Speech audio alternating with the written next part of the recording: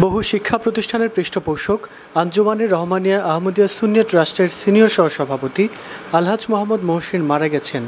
ইন্না লিল্লাহি ওয়া ইন্না ইলাইহি রাজিউন। বুধবার রাত 10টায় চট্টগ্রাম জামিয়া আহমদিয়া সুন্নিয়া আলিয়া মাদ্রাসা ময়দানে আলহাজ মোহাম্মদ মহসিনের নামাজে জানাজা অনুষ্ঠিত হবে এবং মাদ্রাসা সংলগ্ন কবরস্থানে পিতার কবরের পাশে তাকে দাফন করা হবে। আলহাজ মোহাম্মদ মহসিন এমন একজন গুণীজন যার পুরো জীবনই ছিল শিক্ষা বিস্তারে নিবেদিত। সারা বাংলাদেশের প্রত্যন্ত অঞ্চলে তার পৃষ্ঠপোষকতায় বহু প্রতিষ্ঠান, এতিমখানা, মাদ্রাসা ও দাতব্য প্রতিষ্ঠান পরিচালিত ও প্রতিষ্ঠিত হয়েছে। করোনাকালীন সময়ে তার সাহসী পদক্ষেপে হাজার হাজার মানুষের চিকিৎসা, দাফন কাফন, অক্সিজেন সেবা, অ্যাম্বুলেন্স সেবা প্রদান করা হয়েছে।